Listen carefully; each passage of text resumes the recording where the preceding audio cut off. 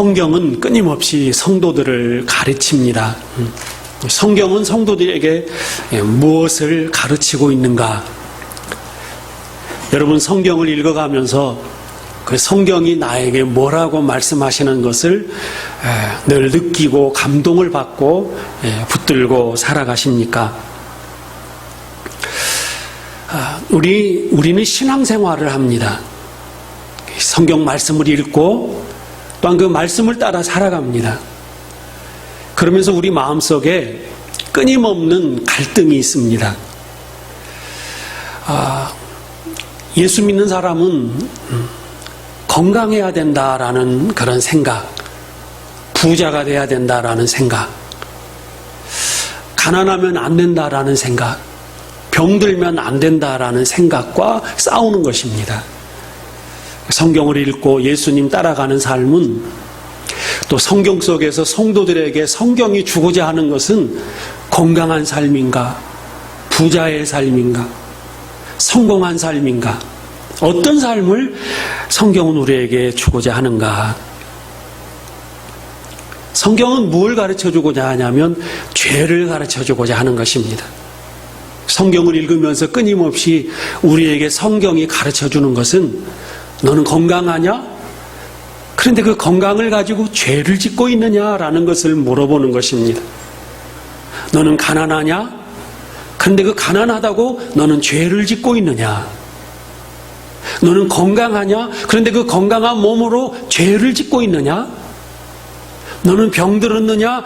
병들었는데 너는 그 병든 몸으로 죄를 짓고 있느냐? 성경의 관심사는 부자도 아니고 또 돈을 많이 주고자 하는 것도 아니고 또 가난하게 하는 것도 아니고 병들게 하는 것도 아닙니다.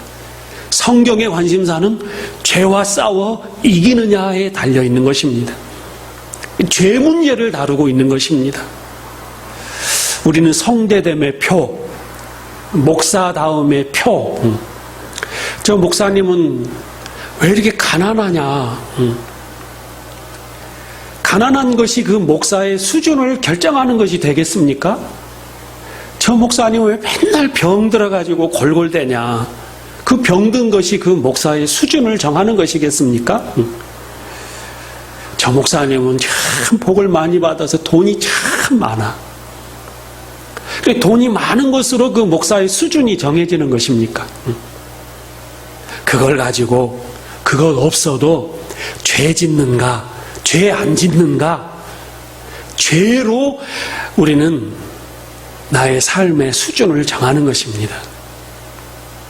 이스라엘의 왕들, 왕이 되었는가, 그 높은 자리에서 과연 하나님을 경외하고 죄 짓지 않는가, 성경은 그걸 지적하는 것이지 왕인가 아니면 평민인가, 성공했는가, 많은 사람들에게 알려지지 않았는가, 유명한가 무명한가, 병들었는가 건강한가, 이런 것과는 상관이 없는 것이 우리 신앙생활의 표가 되는 것입니다.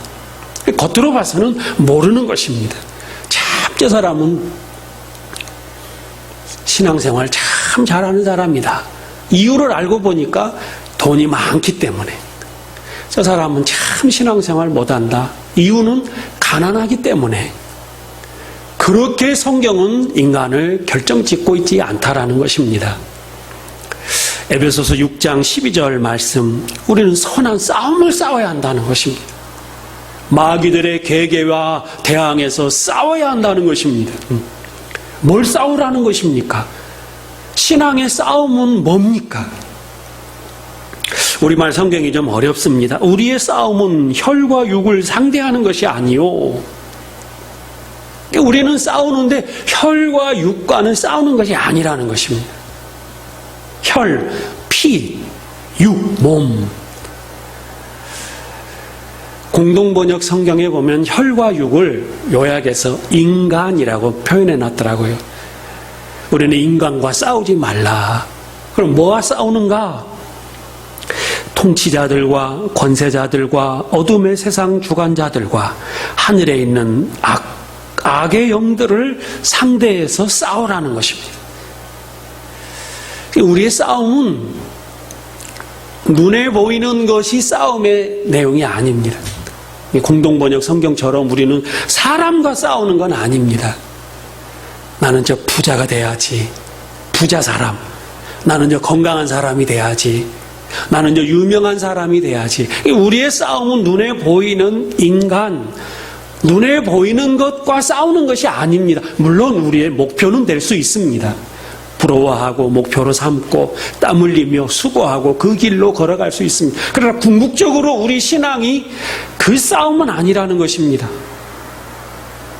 우리 신앙의 싸움은 어떤 것에 지배를 받고 있느냐라는 것입니다.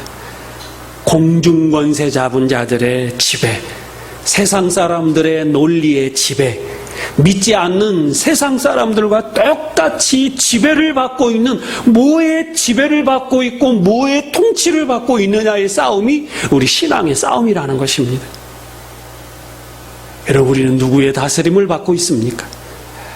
우리의 싸움은 하나님이 나를 다스려 주시고 하나님의 통치를 받는 것입니다. 죄와 싸우며 죄를 미워하며 죄를 경계하며 싸우는 것입니다. 우리의 신앙생활에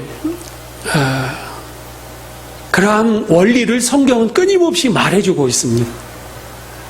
오늘 예수님께서 가버나움이라는 동네에 찾아가십니다. 예수님께서 왜 그 동네에 찾아가셨겠습니까? 그 동네 사람들이 너무 가난해서 부자 만들어 주려고, 그런 것도 있어야죠. 예수님이 가셔서 그들을 부자 만들어 주시려고 찾아가셨겠습니까? 예수님께서 가버나움에 가신 이유를 성경은 구약을 인용하면서 분명하게 말씀해 주고 있습니다. 예수님이 갈릴리 가버나움에 왜 가셨을까? 성경은 이렇게 말합니다.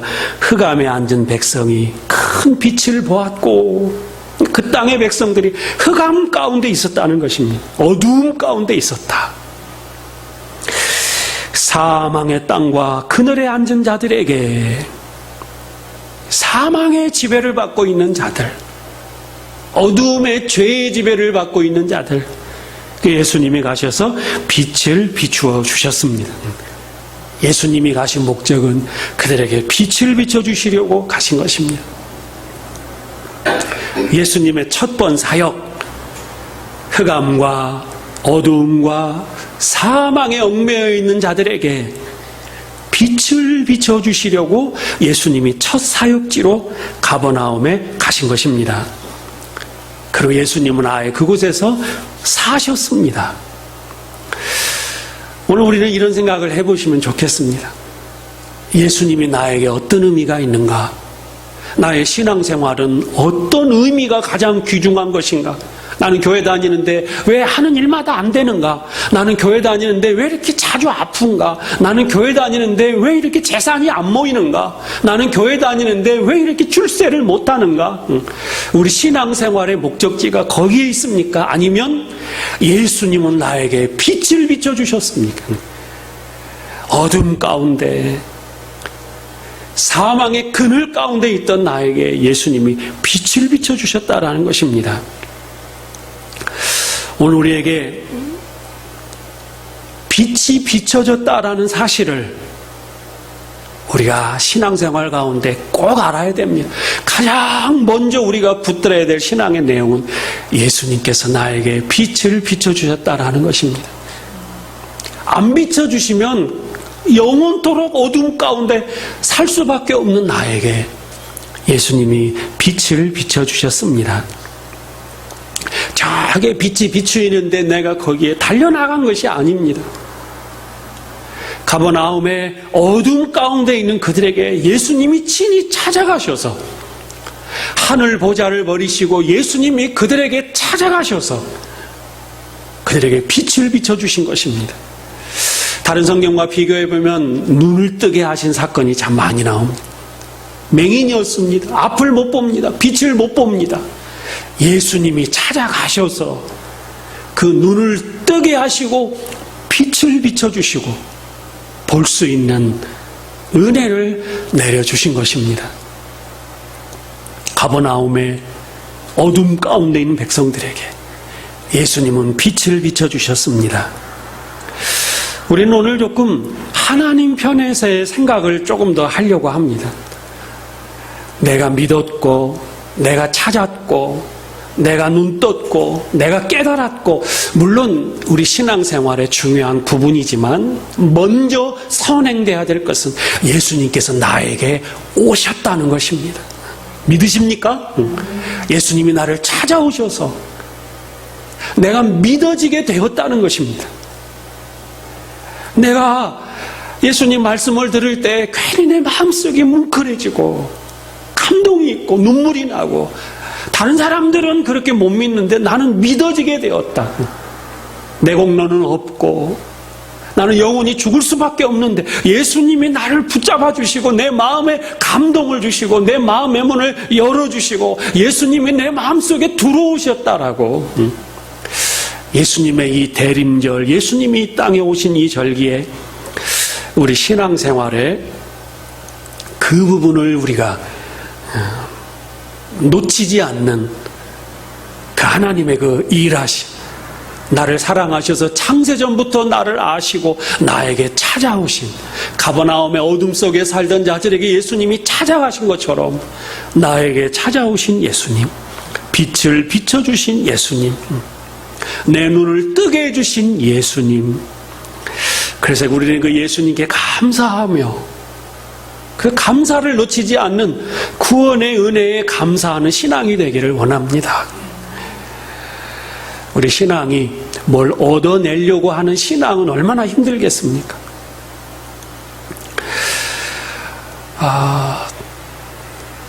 새 아빠, 새 엄마, 뭐 이런 좋은 비유는 아니겠지만, 입양이 되어서 갔는데 그 부모의 마음에 들게 하려고 막 공부도 열심히 하고 싶은 거 다 못하고 어떻게 하면 엄마 아빠 마음에, 새엄마 새아빠 마음에 들게 할까 하면서 그 어린 아이들이 그 고생하는 그런 장면들을 볼 때 얼마나 마음이 아픕니까? 응? 그러나 우리는 정말로 내가 부모의 사랑을 많이 받고 감사해서 하는 것과 억지로 혼나지 않으려고 억지로 하는 것과의 그 큰 차이를 아시겠습니까? 구원을 받기 위해서 내가 열심히 죄 안 짓는 것과 구원을 받았기 때문에 감사해서 죄를 안 짓는 것과의 차이는 엄청난 차이가 있습니다. 우리 신앙생활을 어떤 방식으로 하겠습니까? 어둠 가운데 영원히 죽을 수밖에 없는 나에게 빛을 비춰주시고 내 안에 오신 주님, 그것에 감사해서 기쁨으로 신앙생활 하는 것. 내가 예배 안 드리면 벌 받고, 내가 기도 생활 안 하면 악한 재앙이 닥치고, 그런 얘기는 되게 무당들이 하더라고요. 새벽 3시에 제사를 안 드리면 귀신이 막 해코지를 한대요. 그 기도를 안 할 수가 없다는 거예요. 우리 신앙생활도 그런 식으로 하면 되겠습니까? 예배 안 드리면 큰 벌을 받으니까 예배 드린다고 하면 그게 우리의 온전한 기독교 신앙이 되겠습니까? 하나님은 내게 오셨습니다. 빛을 비춰주셨습니다. 자녀 삼아 주셨습니다. 구원해 주셨습니다. 나에게 의로움을 전가해 주셨습니다. 십자가에서 내가 받을 형벌을 다 대신 받으시고 그 의로움을 나에게 거저 주셨습니다. 우리의 구원은 전적인 하나님의 값없이 주시는 은혜입니다. 그런데 우리 신앙생활이 전적인 은혜이기 때문에 나는 아무것도 안 해야 된다라는 소리는 아닙니다.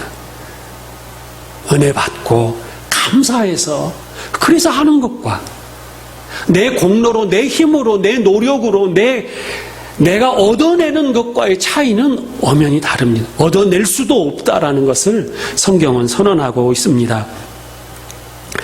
오늘 예수님께서 가버나움에서 빛을 비춰주시고 그리고 세례 요한과 동일한 말씀을 17절에 하십니다. 이때부터 예수께서 비로소 전파하여 이르시되 회개하라 천국이 가까웠느니라 하시더라.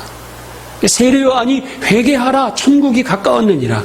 예수님도 회개하라 천국이 가까웠느니라. 두 말씀이 동일합니다. 우리는 이게 참 어려운 문제입니다. 그러나 우리 예수님의 말씀과 세례 요한의 말씀은 차이가 있다는 걸 지난주에도 말씀을 드렸습니다. 우리는 중요점을 회개하라에 크게 보시는 분들이 많습니다. 그것도 참 중요합니다. 회개하라.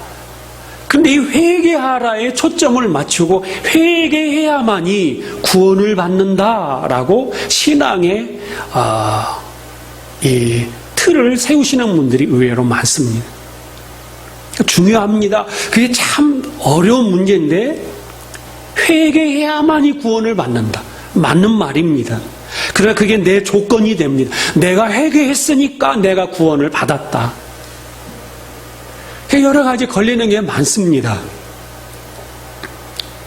그러나 우리가 진정 회개했다라고 할 때에 우리 회개가 세례요한의 물세례를 받고 또 죄를 짓는 것처럼 우리는 늘 죄를 짓는 것입니다.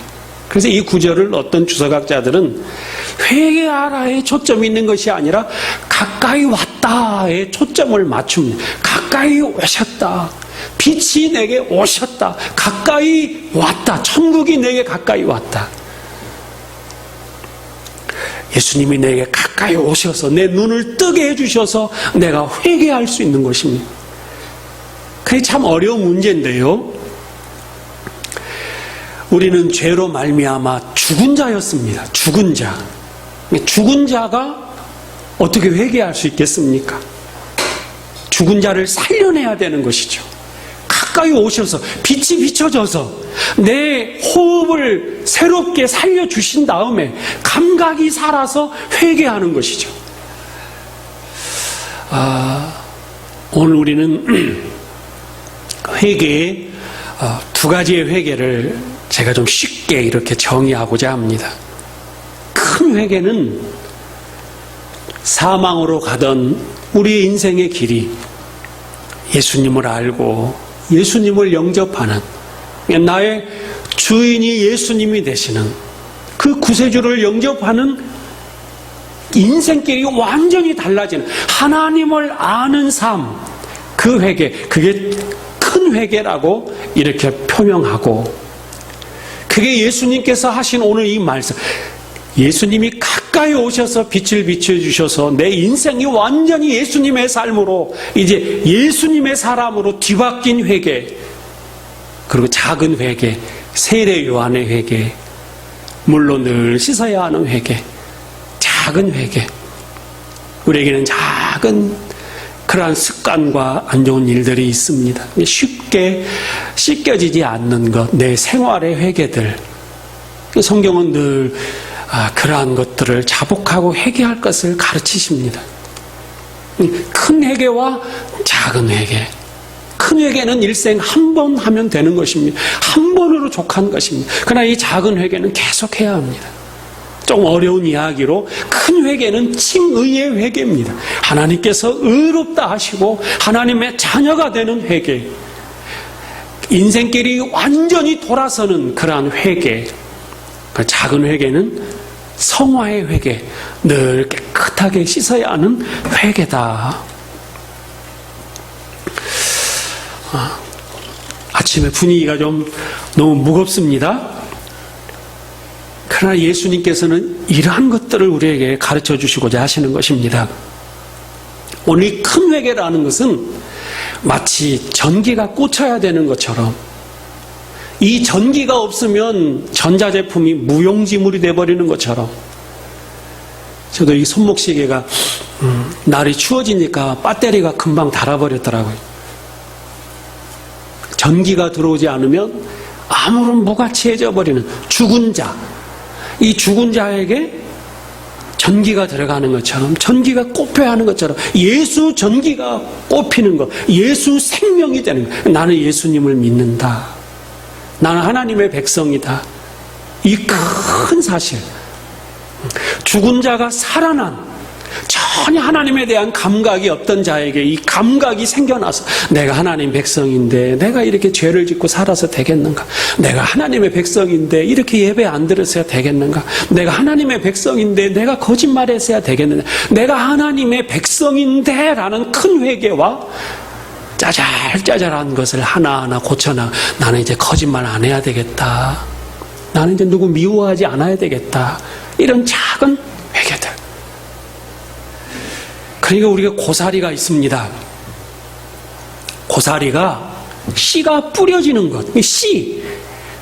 씨가 뿌려져서 고사리가 된 것입니다. 이것은 내 마음대로 못하는 것이죠. 씨가 뿌려져 자녀가 탄생하는 것입니다. 하나님의 백성은 태어나는 것입니다. 빛이 비춰지는 것입니다. 씨가 임한 것입니다.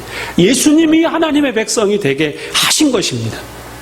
그런데 고사리가요, 고사리가 되는 것은 씨가 고사리로 변화되어서 고사리가 되었는데 햇빛이 계속 비춰지면 빼짝 말라버립니다. 고사리인데 마른 고사리입니다. 그건 먹을 수도 없어요. 어떻게 합니까? 마른 고사리를 어떻게 해서 먹어요? 물에다가 푹 담가놓으면 이 살아나는 거예요. 이 고사리는 고사리인데 메말라버린 고사리인데 바짝 말라서 몇 년이고 고사리는 고사리인데 물세례처럼 물이 닿으면 이게 다시 통통해지고 부드러운 고사리가 되는 것처럼 굳은 마음이 재하여지고 부드러운 마음이 되는 것처럼 이 회개, 작은 회개, 물 회개는 계속 물로 씻는 회개는 계속 해야 된다라는 것입니다. 오늘 우리는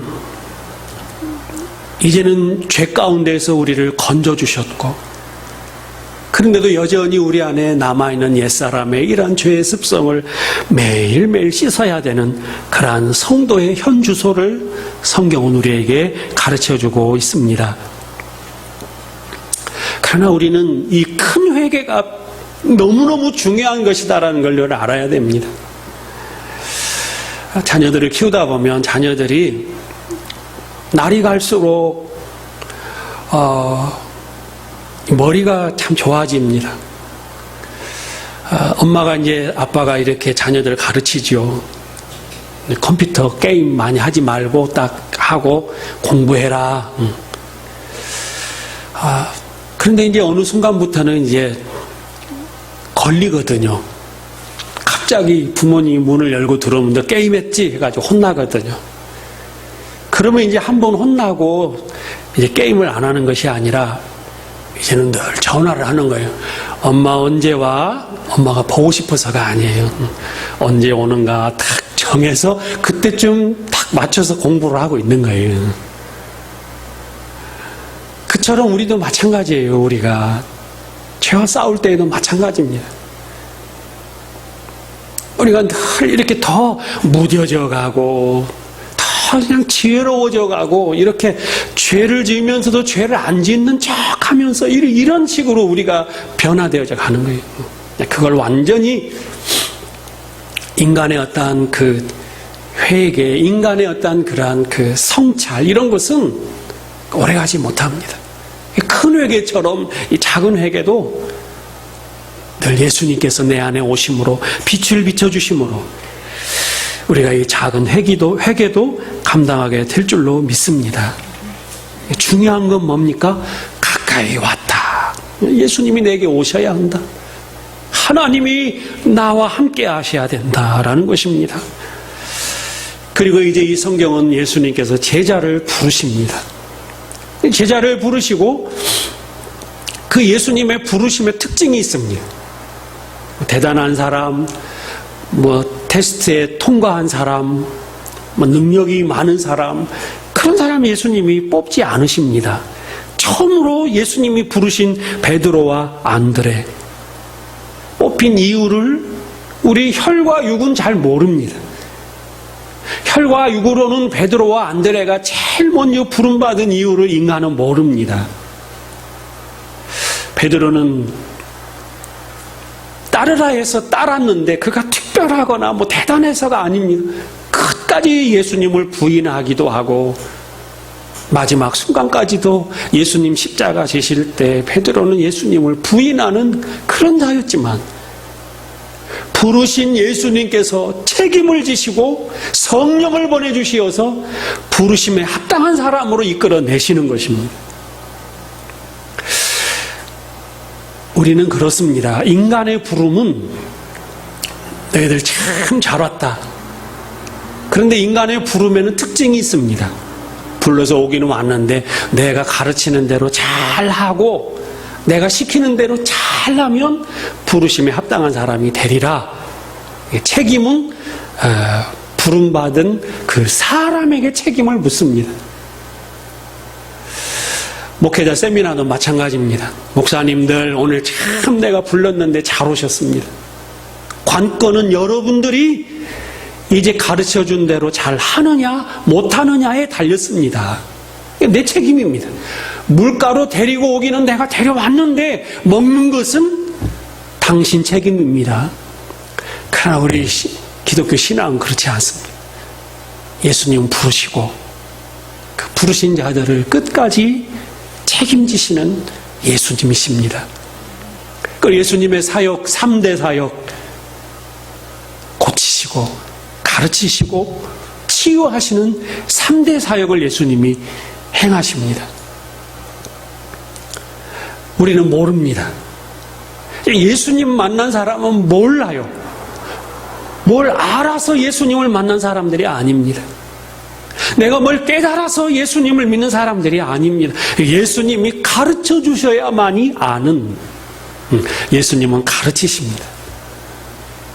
그리고 예수님은 치료해 주십니다. 우리는 병원에 가면 기가 확 죽습니다. 왜냐하면 내가 아는 게 없어요. 혹이 있는지, 그 혹이 몇 센치인지, 수술을 받아야 되는지, 약을 먹어야 되는지 우리는 몰라요. 의사만 알아요. 그래서 의사가 치료해 주는 것입니다. 그 책임은 누구에게 있어요? 의사에게 있어요. 고쳐주고 안 고쳐주는 그 책임이 의사에게 있는 것처럼 오늘 우리가 강조하고자 하는 것은 예수님이 가르쳐 주셔야 하고 예수님이 치료해 주셔야 하고 예수님이 나의 삶을 고쳐주셔야 하는 그 예수님이 우리 기독교 신앙에는 가장 중요하다라는 것을 오늘 전하고자 하는 것입니다. 따라오너라. 그래, 내가 열심히 따라갔습니다가 아니라 내가 정말 잘 못 따라갔는데도 나를 여기까지 인도해 주신 그 예수님. 그래서 그 예수님, 우리 신앙의 시작, 우리 신앙의 중간, 우리 신앙의 마무리까지 우리는 연약한 자들입니다. 내 힘으로는 할 수가 없습니다. 아무리 배워도 잘 모릅니다, 예수님. 아무리 고쳐주셔서 또 엉망이 됐습니다, 예수님. 나는 전능한 자가 아닙니다, 예수님. 나는 합격을 받을 힘이 아무것도 없습니다. 우리 신앙생활에 이런 생각을 한번 하면 좋겠습니다. 성경을 열심히 읽습니다. 성경을 통해서 요점을 파악하고 성경에서 이걸 하라고 하는구나. 성경을 배우고 설교를 듣고 내가 이제 이거 해야 되겠다. 이게 굉장히 중요한 것입니다. 더 중요한 것은 성경을 통해서 하나님이 내게 해주신 일을 발견하는 것입니다. 하나님이 나에게 베풀어 주신 일을 먼저 발견하는 것입니다. 하나님이 나에게 어떤 일을 해주셨는가? 하나님은 나에게 어떤 존재인가? 그 하나님을 발견하고 우리 신앙이 정말 감사하고 누리고 찬송하고 평안하고 안심하고 어떤 상황에 처해지든지 우리가 2019년 사도 바울의 사도행전 그 마지막 유라굴로 광풍 가운데 항해했던 그 바울처럼 풍랑이 불어도 기도하면서 하나님이 나의 주인 되시고 하나님이 가라 하셨으니 어떤 처지, 어떤 힘든 환경 속에서도 하나님과 함께 기쁨으로 동행하는 바울처럼 우리 신앙도 정말 예수님이 주인이 되시고 하나님이 중심이 되시고 밝은 빛이 비춰지는 그런 우리의 신앙이 되기를 간절히 바랍니다.